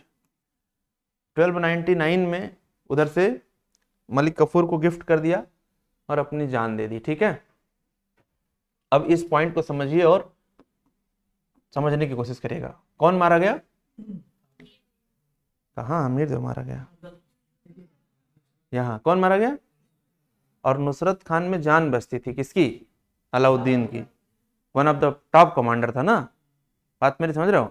जब टॉप कमांडर मारा गया है तो अब सुल्तान को बेचैनी होगी, और वो बेचैनी देखिए क्या कह रही है। अंततः अलाउद्दीन ने सैन्य नेतृत्व में चौहान वंशी हमीर देव पराजित हुआ और मारा गया। यानी कि अलाउद्दीन इसे खुद कमांड कर रहा है। बात मेरी समझ रहे हो? जब भी कभी किसी मिशन को सुल्तान खुद ही कमांड करेगा तो परीक्षा में महत्वपूर्ण होगा। तो रणथंभौर मिशन को इनिशियली कौन कमांड कर रहा था? नुसरत खान। लेकिन उसके मरने के बाद रणथंभौर मिशन को कौन कमांड किया? Alauddin. So this is the important point, right? Alauddin ने हमीर देव के मंत्री रणमल को अपनी ओर से मिलाकर रणथंभौर के किले पर अधिकार, ये पॉलिसी होती है। तारीख अलाई हमीर महाकाव्य में हमीर देव और उसके परिजनों की जौहर द्वारा मृत्यु का वर्णन है। जौहर से अपरिचित होंगे, चौहान शासक थे ना ये। तो चौहान शासक हैं, मारे जा रहे हैं, तो जो रानियां हैं क्या करेंगी? जौहर करेंगी। तो जौहर का परिचय आपको केवल पद्मावत में नहीं मिल रहा है, यहाँ पर क्या करें, हमीर महाकाव्य में भी दिखाई दे रहा है। हाँ बेटा, हाँ बहुत बार जौहर बहुत बार हो रहा है, लेकिन यहाँ पर इस वाले रेफरेंस में तारीख अलाई में आपको जौहर के बारे में मिल रही। ठीक है। उलूग खान बच गया था। कहा जा रहा उलूग खान को रणथंभौर का खिलजी शासक बना दिया गया। ये पढ़िए आप, क्रोनोलॉजी समझना, पहले गुजरात, फिर रणथंभौर और फिर चित्तौड़। क्रोनोलॉजी पूछी जाती परीक्षाओं में। अलाउद्दीन के सारे मिशन बहुत महत्वपूर्ण है, ठीक है, समझ आ रही बात ना। चित्तौड़ का शासक कौन था? राणा रतन सिंह, ठीक है। और कहा जा रहा है कि मेवाड़ की राजधानी थी। अलाउद्दीन इल्तुतमिश के बाद पहला शासक था जिसने चित्तौड़ पर आधिपत्य करने का प्रयास किया। सैन्य नेतृत्व कौन कर रहा था? अलाउद्दीन। परिणाम क्या था? 5 माह से अधिक समय, बहुत इंपॉर्टेंट होता है समझना। आपके किले के सामने 5 महीने से यदि सेनाएं, सुल्तान की सेनाएं डेरा डाले बैठी हूं तो कब तक किले की सुरक्षा रखोगे? चुनौती समझिए। चित्तौड़ बहुत कमजोर नहीं था किलेबंदी के मामले में। किलेबंदी समझते हैं ना क्या होती है? बताते हैं। अंततः अलाउद्दीन विजयी हुआ और अलाउद्दीन ने अपने पुत्र खिज्र खान के नाम पर चित्तौड़ का नाम क्या रख दिया? खिजराबाद। तो 2 क्वेश्चन इंपॉर्टेंट बन रहे हैं कि जीतने के बाद चित्तौड़ का नाम क्या हुआ? क्या हुआ? खिजराबाद। और ध्यान देना कि इसी मिशन में अमीर खुसरो भी सेना के रूप में सम्मिलित था। कोर्ट पोएट था ना, इतिहास लिख रहा था, लेकिन अब लिखना है वहीं चल के लिखो। तो 5 महीने आर्मी में यदि ड्राइवर भी है तो उसको भी AK-47 चलाने आएगा। यदि कुक भी है, खाना भी बना रहा है, तो बेसिक ट्रेनिंग उसकी भी हुई है, वो भी AK-47 समय पड़ने पर चलाएगा। हाँ या ना? ऐसी बात है ना, बेसिक ट्रेनिंग तो फोर्स में सबको दी जाएगी ना। तो यदि तुम वहां जा करके इतिहास लिख रहे हो तो तुम भी थोड़ा सीख लो, कहीं ऐसा ना हो कि किलेबंदी क्यों महत्वपूर्ण है। दीवारें इतनी बड़ी, इतनी ऊंची और इतनी मजबूत होती थी कि किसी भी स्थिति में आप उनको भेद नहीं पाएंगे, है ना। लेकिन प्रॉब्लम यह है कि राशन सामग्री तो जाएगा बाहर से ही ना, कि किले के अंदर खेती हो रही है, बाहर से जाएगा और पूरी छावनी बनी पड़ी है। यदि बंद कर देंगे राशन पानी सब कुछ, तो अंततः मजबूर होकर के आप या तो युद्ध करेंगे या तो सरेंडर करेंगे। नहीं समझे? हाँ, वो तो जिहाद भी यूज कर लेगा ना जरूरत पड़ेगी तो। लेकिन बाहर वाले के पास फिर भी ओपन है कि हाँ दिल्ली से मंगाओ, लेकिन जो किले के अंदर है या तो वो युद्ध करे और या तो सरेंडर करे। अब सेना जिसकी बड़ी होगी युद्ध में जीतेगा। अब उसमें कोई मिसाइल तो थी नहीं कि यहीं से बैठे मारो एकदम सीधा, है? ऐसा नहीं था ना। समझ पा रहे बात को नहीं? प्रशस्ति लिखी जा रही 1310 में, ठीक है, सुनिए। राजपूतों के विरोध के कारण 1311 में खिज्र खान को चित्तौड़ छोड़ना पड़ा। फरिश्ता ने चित्तौड़ के राजपूतों के विद्रोह का वर्णन किया है। अंततः राजपूत सरदार मालदेव को अलाउद्दीन ने चित्तौड़ में अपना प्रतिनिधि नियुक्त किया। मतलब खिज्र खान उतना फाइट नहीं कर पाया। देखो, शासन में बने रहने के लिए आपके पास केवल मिलिट्री से काम नहीं चलेगा, डिप्लोमेसी भी आनी चाहिए। जो आपके आसपास के लोग हैं उनको भी आपको क्या करना पड़ेगा? बैलेंस करना पड़ेगा। यदि वो बैलेंस नहीं है तो आप नहीं मैनेज कर पाओगे। अपॉइंट तो कर दिया था लेकिन राजपूताना कॉन्फ्लिक्ट को बर्दाश्त नहीं कर पाया, ठीक है। तो नॉर्थ में रणथंभौर, चित्तौड़, ये 2 इंपॉर्टेंट है। गुजरात याद रखना। कहा जा रहा है कि ये बात हमने आपको बहुत पहले ही बता दिया है ना, कि साउथ को कैप्चर करने का प्रयास जो कर रहा है अलाउद्दीन, ये पहला ऐसा सुल्तान है जो साउथ पर कांकर कर रहा है। अलाउद्दीन दक्षिणी राज्यों के किसी भी अंश को सल्तनत में सम्मिलित नहीं करना चाहता था। ध्यान देना, मतलब कि हमारा बेसिक ऑब्जेक्टिव क्या है कि हम जाएं वहां पर, लूटें, आप हमारी स्वाधीनता को स्वीकार कर लीजिए। मतलब यह है, वारंगल हो, चाहे देवगिरी हो, चाहे मदुरई हो, द्वार समुद्र हो, ये सब आप ये मान लो कि हाँ अलाउद्दीन सुप्रीम लीडर है। रूल हमें नहीं करना, रूल आप करो। हमें सुप्रीम लीडर मान लोगे तो हमें टैक्सेस वैक्सेस थोड़े बहुत मिल जाएंगे, बाकी जरूरत पड़े तो सपोर्ट चाहिए, ठीक है, समझ रहे ना। हाँ, अधिराजत्व तो इसी को कहते हैं, ठीक है ना।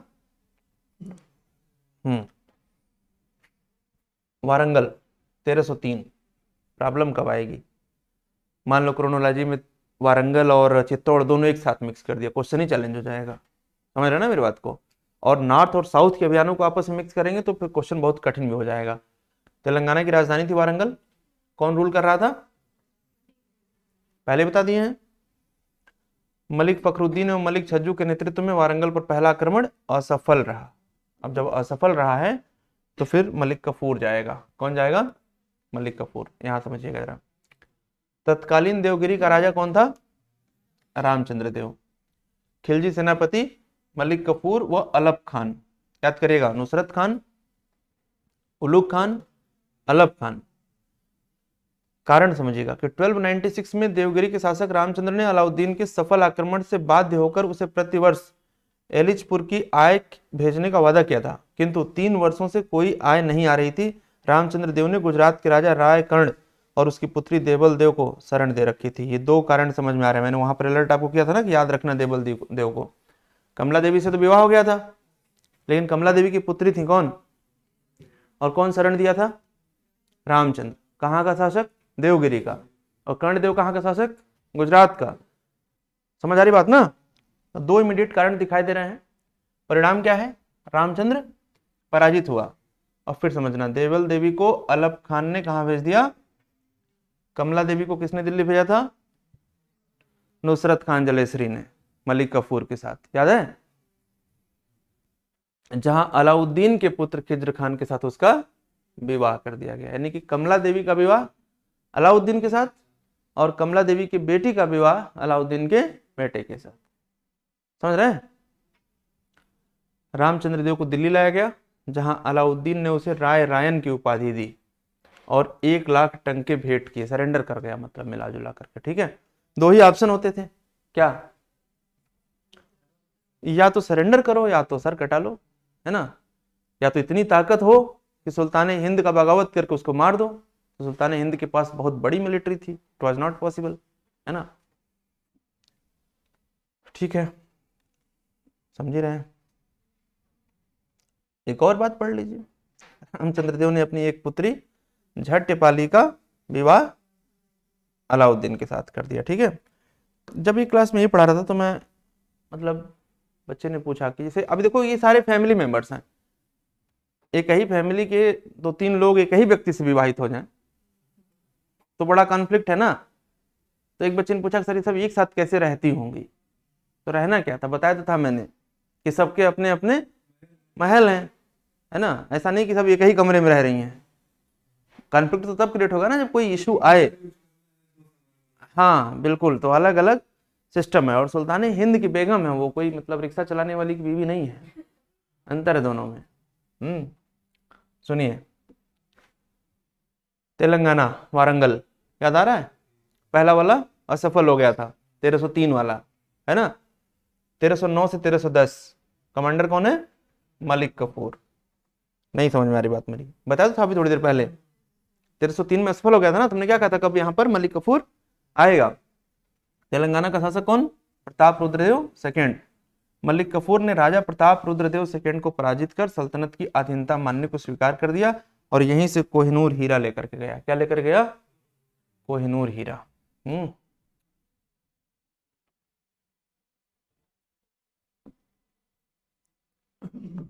बात समझ गए। ये कोहिनूर हीरा किसके लिए लेकर के जाएगा, सुल्तान हिंद के लिए। मलिक कफूर को जो हीरा मिला वो हीरा ले जाकर को किसको देगा, अलाउद्दीन को।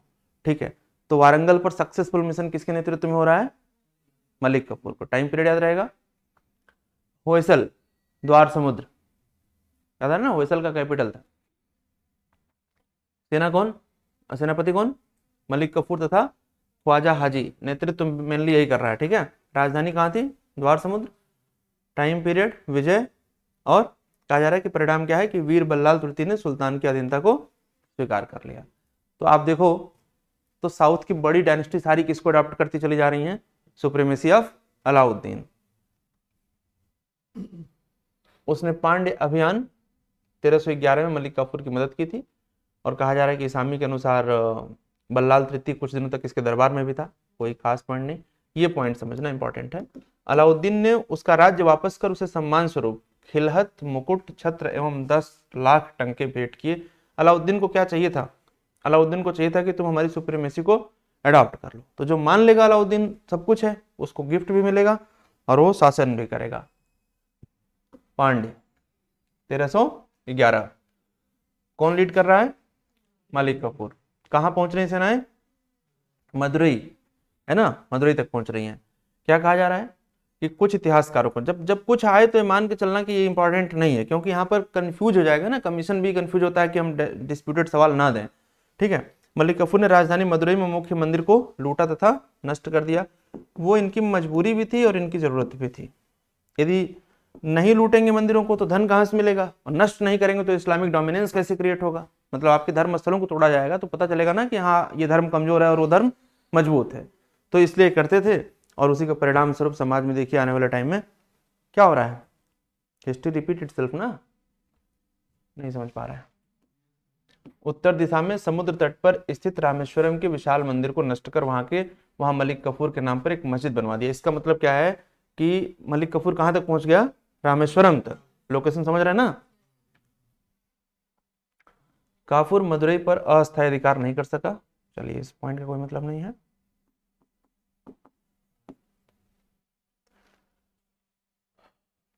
चलिए तो पहले बताओ कि अभियान सारे समझ में आ गए आप लोगों को, कोई कंफ्यूजन। जितने भी मिशन थे सारे मिशन क्लियर हैं। कौन कौन से दिमाग में क्लिक कर रहे हैं। कहानी कहाँ शुरू हुई, गुजरात से। गुजरात, नॉर्थ में रणथंभौर, चित्तौड़, ये सब समझ में आ गया। साउथ में चारों मिशन क्लियर हो गए होंगे आप लोगों को, कोई कंफ्यूजन। बलबन का किनशिप याद है किसी को, आया ना। बलबन की किनशिप किसी को याद है, बताओ। है ना, नहीं वो तो पॉलिसी थी ना। राजत्व क्या था बलबन का, किनशिप क्या था, मतलब बलबन राजा को किस तरह से मान रहा था। चलो एक काम करो, पहले आप लोग यहां तक का कंसोलिडेशन कर लो, ठीक है। मतलब कि दिल्ली सल्तनत की शुरुआत से लेकर के और अलाउद्दीन के अभियानों तक, ये एक हिस्सा हो गया। खिलजी में दूसरा पार्ट में आप लोगों को दे दे रहा हूं, राजत्व सिद्धांत से लेकर के और खिलजी का जो रिफॉर्म है, जो मार्केट पॉलिसी है, मिलिट्री रिफॉर्म है, ये सभी दूसरे पार्ट में, ठीक है।